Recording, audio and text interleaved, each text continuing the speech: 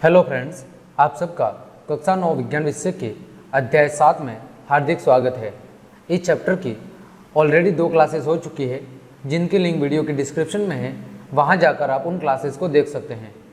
आज की इस क्लास में हम प्लांटी जगत या जिसे पादप जगत कहा जाता है के विभिन्न भागों की चर्चा करेंगे कि पादप जगत क्या होता है और इसको मुख्यतः 5 भागों में बांटा गया है। इन पांचों भागों में क्या अंतर होता है और उनकी विशेषताएं क्या होती है, इनका हम विस्तृत अध्ययन करेंगे। तो चलिए हम क्लास शुरू करते हैं।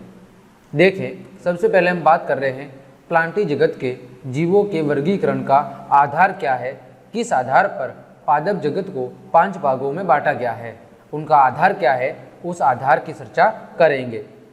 तो सबसे पहला बिंदु है कि जो पादप शरीर है उसके प्रमुख घटक पूर्ण रूप से विकसित है एवं विभेदित है अथवा नहीं है। यानी पहला वर्गीकरण का आधार ये है कि पादप शरीर के जो प्रमुख घटक है वो पूर्ण रूप से विकसित और विभेदित है अथवा नहीं है।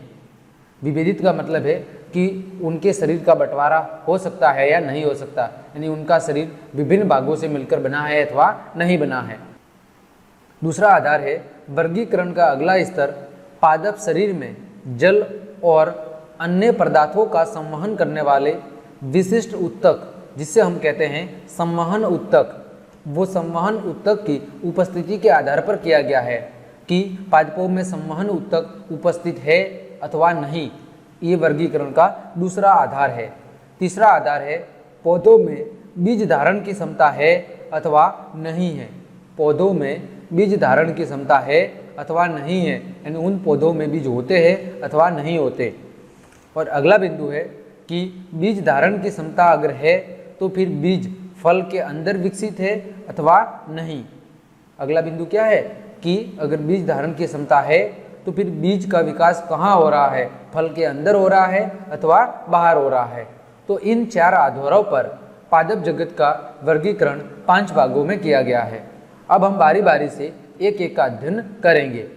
तो देखें, उपयुक्त आधारों पर प्लांटी या पादप जगत को कितने भागों में बांटा गया है? 5 वर्गों में बांटा गया है। कौन कौन से? वो 5 वर्ग है थैलोफाइटा वर्ग, ब्रायोफाइटा वर्ग, टेरिडोफाइटा वर्ग, जिम्नोस्पर्म और एंजियोस्पर्म।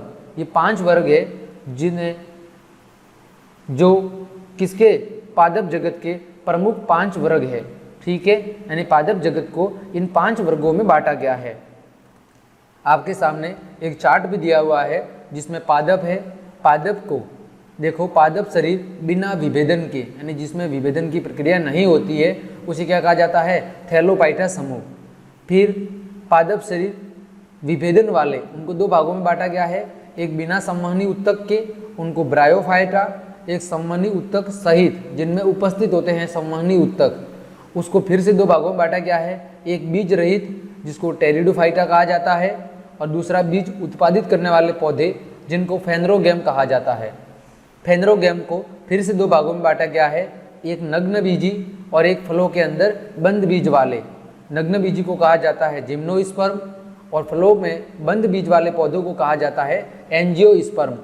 अब एंजियोस्पर्म को फिर से 2 भागों में बांटा गया है। एक 2 बीजपत्र वाले बीज जिन्हें द्विबीजपत्री कहा जाता है और एक फलों में बंद बीज वाले जिनको एक बीजपत्री कहा जाता है। तो अब हम बारी बारी से इनका अध्ययन करते हैं।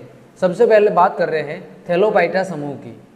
तो जो थैलोफाइटा समूह के पौधे हैं या पादप है, उनके गुण क्या क्या है? तो पहला गुण है इन पौधों की शारीरिक संरचना में विभेदीकरण नहीं पाया जाता। इन पौधों की शारीरिक संरचना में कोई विभेदीकरण नहीं पाया जाता। ठीक है, अगर हम बात करें विभेदीकरण की, तो विभेदीकरण का मतलब होता है अंतर।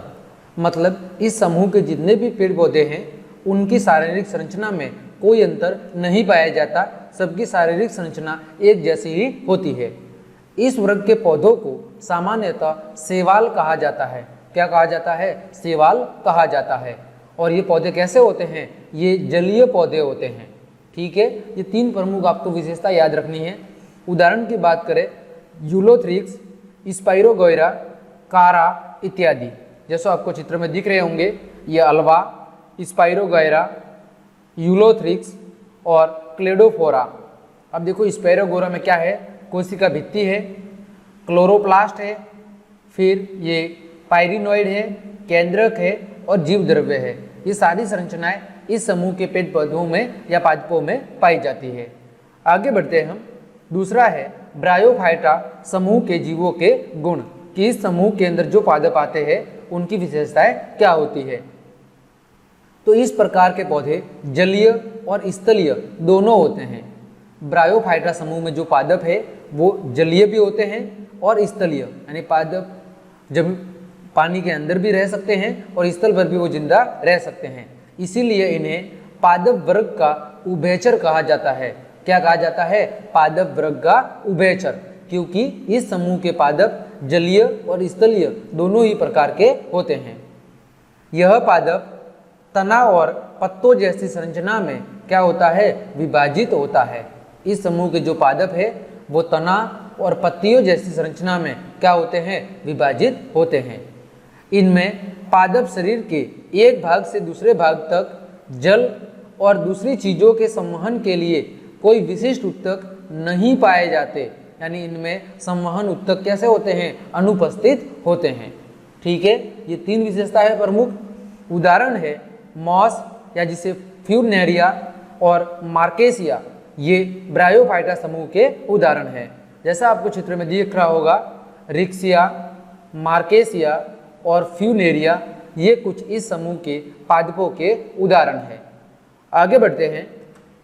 टेरिडोफाइटा समूह के जीवों के गुण, कि टेरिडोफाइटा समूह के अंदर जो पादप आते हैं उनके गुण या विशेषताएं क्या क्या है। तो इस वर्ग के पौधों का शरीर जड़, तना और पत्तियों में विभाजित होता है, यानी इन पादपों की जड़ें होती है, तना होता है और साथ ही पत्तियां भी होती है। जल और अन्य पदार्थों के संवहन के लिए इनमें संवहन उत्तक पाए जाते हैं। क्या होता है? जल और अन्य पदार्थों के संवहन हेतु इसमें संवहन उत्तक पाए जाते हैं। उदाहरण की बात करें जैसे मार्सिलिया, फर्द, हॉर्सट्रेल आदि, ये क्या है? इस समूह के पादपों के उदाहरण है। अगली विशेषता है नग्न भ्रूण पाए जाते हैं। नग्न भ्रूण का मतलब है कि इनके अंदर जो भ्रूण है वो नग्न यानी कि खुली अवस्था में पाए जाते हैं, जिन्हें क्या कहा जाता है? जिन्हें बीजाणु कहा जाता है। ठीक है, इनमें जननांग अप्रत्यक्ष होते हैं। कैसे होते हैं? अप्रत्यक्ष होते हैं, यानी कि इनमें बीज उत्पन्न करने की क्षमता नहीं होती है। ठीक है, तो ये इस समूह की प्रमुख विशेषता है। शरीर जड़, तना और पत्तियों में विभाजित होता है, संवहन उत्तक पाए जाते हैं, नग्न भ्रूण पाए जाते हैं जिन्हें बीजाणु कहते हैं, जननांग अप्रत्यक्ष होते हैं, यानी इनमें बीज उत्पन्न करने की क्षमता नहीं होती। उदाहरण की बात करें मार्सिलिया और फर्न, ये टेरिडोफाइटा समूह के पादप है। अगला प्रकार है क्रिप्टोगेम। अब क्रिप्टोगेम क्या होता है वो देखें। ये कोई अलग से प्रकार नहीं है, बल्कि जो अभी हमने पढ़ा है थैलोफाइटा, ब्रायोफाइटा और टेरिडोफाइटा, इन तीनों को आपस में मिला के कहा जाता है क्रिप्टोगेम। क्या कहा जाता है? क्रिप्टोगेम। क्यों?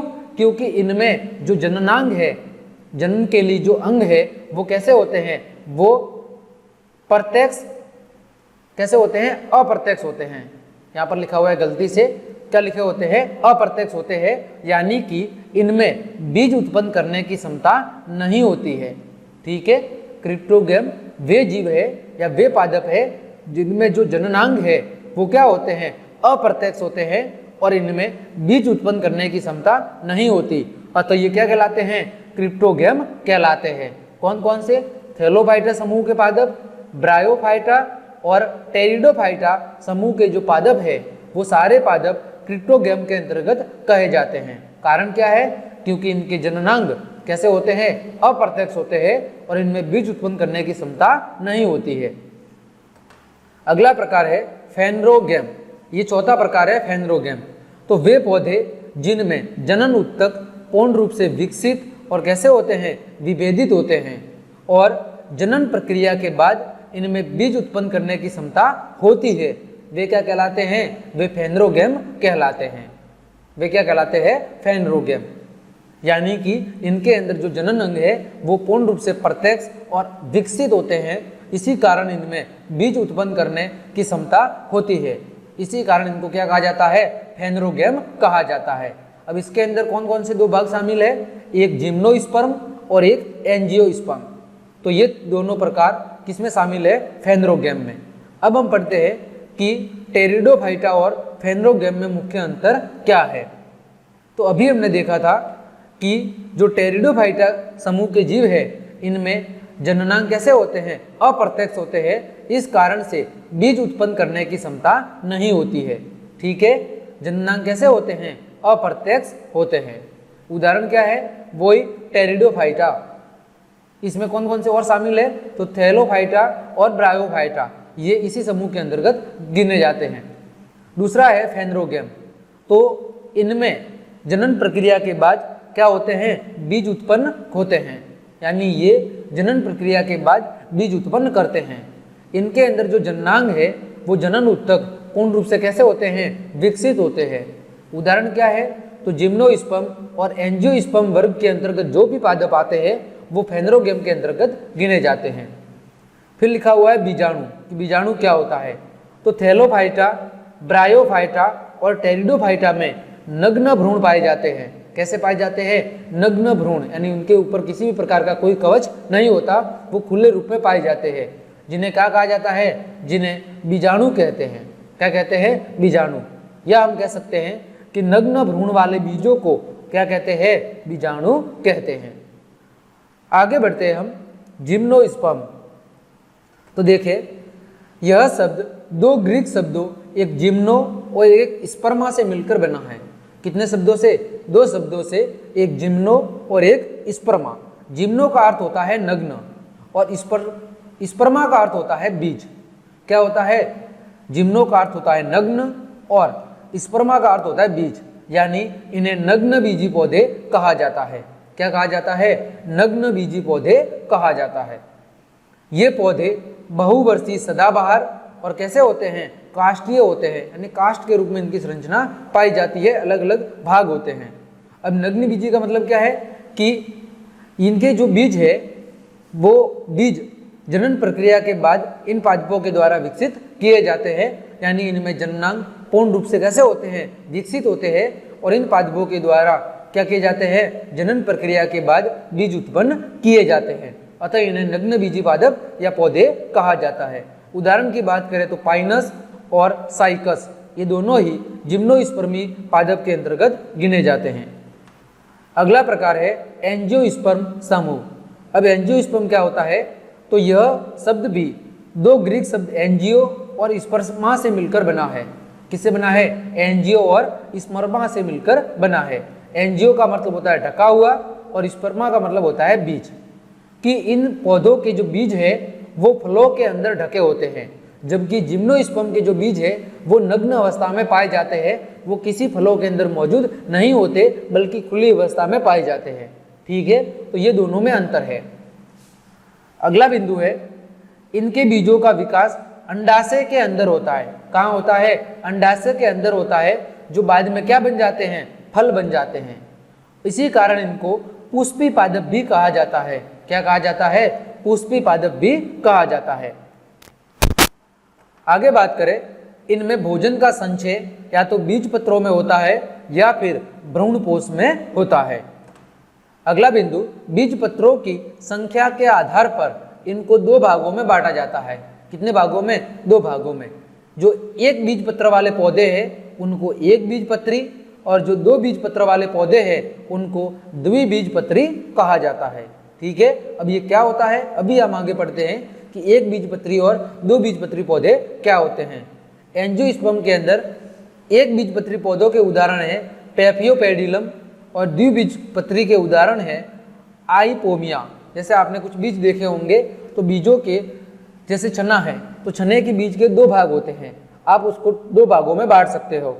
ठीक है, वही बात करें जैसे कुछ अन्य बीजों की, जैसे सरसों का बीज है तो उसका एक ही भाग होता है, उसके अंदर आपको दो भाग देखने को नहीं मिलेंगे। जैसे चना होता है तो चने का कुछ बीज इस तरह का होता है, इसके अंदर दो भाग होते हैं कि जब इसको आप तोड़ोगे तो एक अलग भाग हो जाएगा, दूसरा अलग हो जाएगा। तो इसे कहा जाता है द्विबीजपत्री। और कुछ पौधों का बीज एक सिंगल बीजपत्री होता है, जैसे सरसों का बीज, ठीक है, तो वो कौन सा होता है, एक बीजपत्री होता है। आगे है जिम्नोस्पर्म और एंजियोस्पर्म में अंतर। तो देखो जिम्नोस्पर्मी में कैसे होते हैं, ये नग्न बीज उत्पन्न करते हैं, यानी इनके बीज फलों के अंदर ढके नहीं रहते बल्कि खुली अवस्था में रहते हैं। जबकि एंजियोस्पर्मी वर्ग के अंदर जो पादप आते हैं ये फल के अंदर बीज उत्पन्न करते हैं, ठीक है। ये पौधे बहुवर्षीय कैसे होते हैं, सदाबहार, ये थोड़ा गलत प्रिंट हुआ है, सदाबहार होते हैं और कैसे होते हैं, काष्ठीय। जबकि ये कैसे होते हैं, ये पुष्पी पादप होते हैं। इनके बीजों में कोई भी बीज पत्र नहीं होते, किसके, जिम्नोस्पर्मी पादप के बीजों में कोई भी बीज पत्र नहीं होते। जबकि एंजियोस्पर्मी जो पादप है उनमें बीज पत्र वाले बीज पाए जाते हैं, या तो वो एक बीजपत्री बीज होंगे या फिर द्विबीजपत्री बीज होंगे। जिम्नोस्पर्म के उदाहरण है पाइनस और साइकस, जबकि एंजियोस्पर्मी के उदाहरण है टेफियोपेडिलम और आइपोमिया, ठीक है। तो उम्मीद करता हूँ आज की क्लास में हमने पादप जगत का जो भी वर्गीकरण पढ़ा है वो सब आपको अच्छे से समझ में आया होगा। तो क्लास देखने के लिए आप सभी को धन्यवाद। अगर आपको क्लास अच्छी लगी है तो कृपया करके लाइक, कमेंट, शेयर और सब्सक्राइब जरूर करें। धन्यवाद।